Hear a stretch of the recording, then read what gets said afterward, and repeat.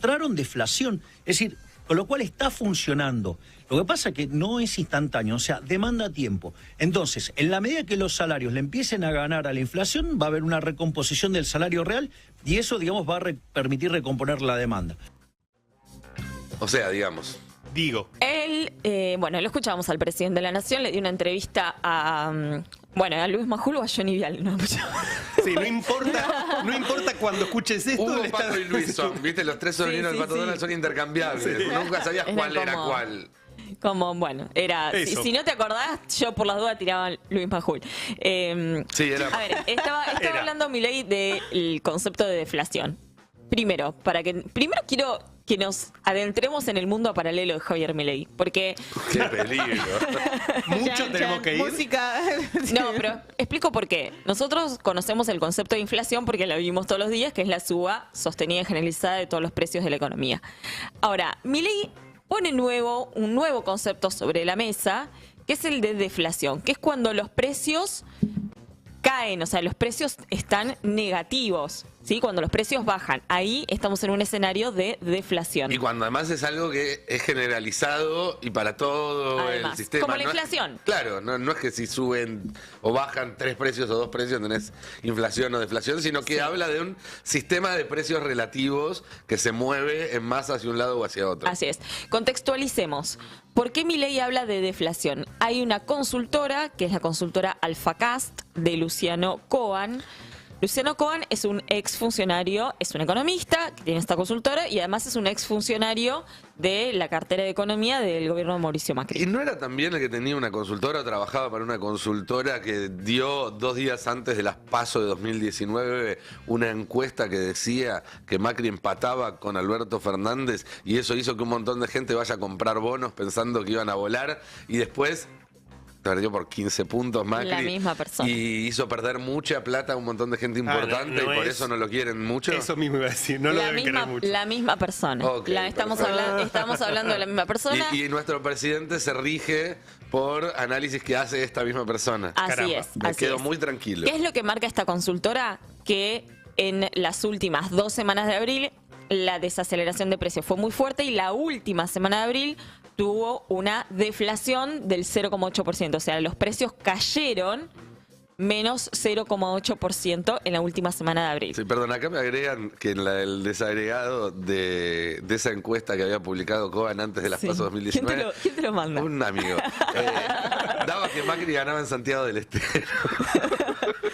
Le erró por cuánto, por 20, por 30, por 40. Sí, bueno, claro.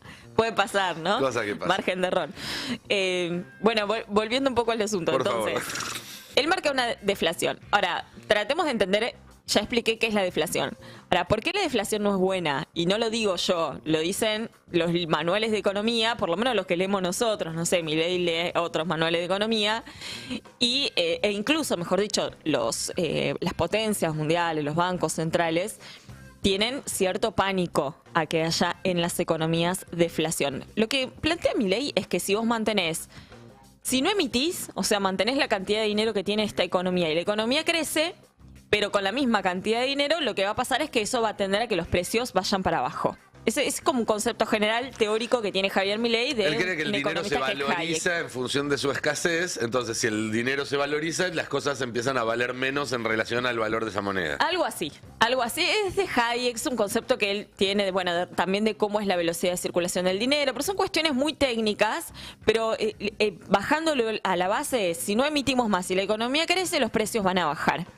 Ahora, ¿qué es lo que pasa si la economía no crece? Si la economía entra en una situación como la que estamos atravesando actualmente de recesión, ¿qué es lo que hacen los bancos centrales de todo el mundo? Política monetaria expansiva, o sea, trato de tomar determinadas medidas que permitan que la economía empiece un poco a crecer o a tomar impulso, porque yo no puedo tener variables macro ordenadas con una economía que está en recesión, sobre todo de mucho tiempo.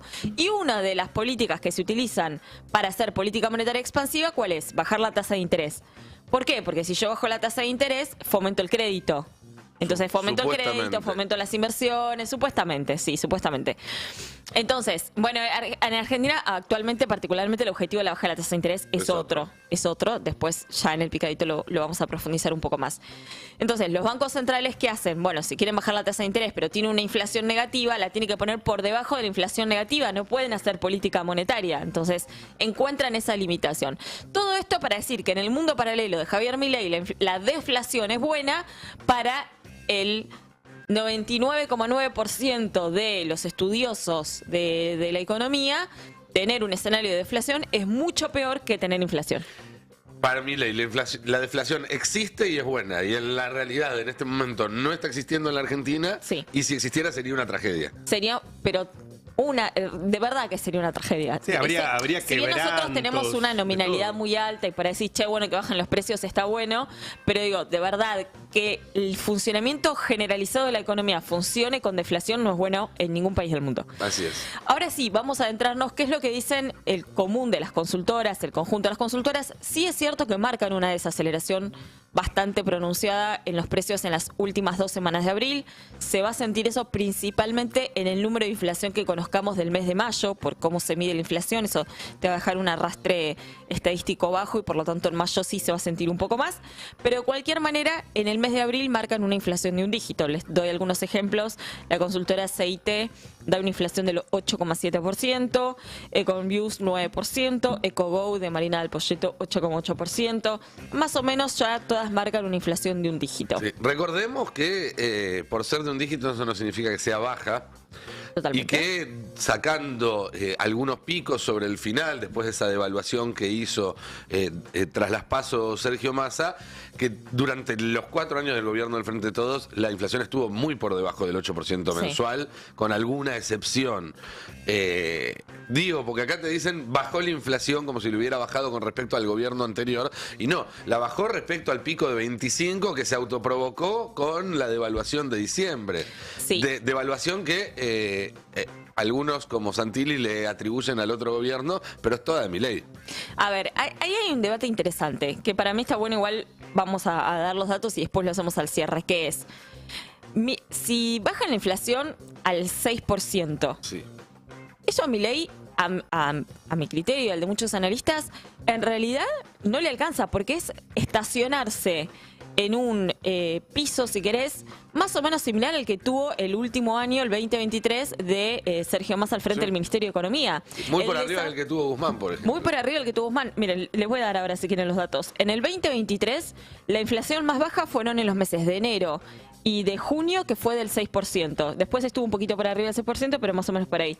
Y en el 2022, la más baja fue del 3,9% en enero y del 3,9% en enero. O sea, esos son más o menos los índices de inflación que manejábamos en el año 2022. Ahora, el desafío de Milei va a ser bajarla por debajo del 6, 5% y ver si se puede estacionar en 2, 3% mensual. Porque mantenerla en el 6 es como decís vos, es decir, volví para atrás Todavía antes está de la muy lejos de devaluación. eso. Y todavía está muy lejos de eso y tiene muchos desafíos por delante. Con esto te cierro, Nico, que tiene que ver con que muchos de los factores que están permitiendo que la inflación baje son los mismos factores que en algún momento va a hacer que probablemente la inflación tenga nuevamente un fogonazo. ¿A qué me refiero? A que estás planchando el tipo de cambio, Sí. Probablemente en algún momento lo vas a despertar. La recesión, si en algún momento querés que la economía crezca un poquito o que haya un poquito más de consumo, te va a generar también presión en la inflación. Y a lo mejor no quieren eso.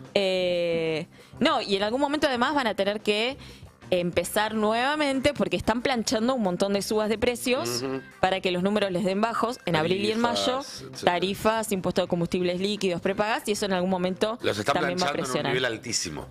También, Además. digámoslo. Lo están planchando, pero en un nivel donde después de las subas que hubo en los últimos meses, son inaccesibles para la mayoría de la Y población. de No, paso eso plancha yo los coincido. aumentos, ¿no? Claro, por eso, a eso me refiero. No, es que, digamos, es una buena noticia que el gobierno diga, che, voy a postergar aumento porque en este momento la verdad es que no está bueno que te suban las cosas. El problema es que vos sabés que más adelante probablemente te lo van a querer actualizar de golpe. Bueno, un poco este es el escenario. Inflación de un Hermoso dígito, sí, escenario. vamos a llegar probablemente a una inflación de un dígito porque, bueno, las razones no son positivas para nosotros ni para nuestros bolsillos.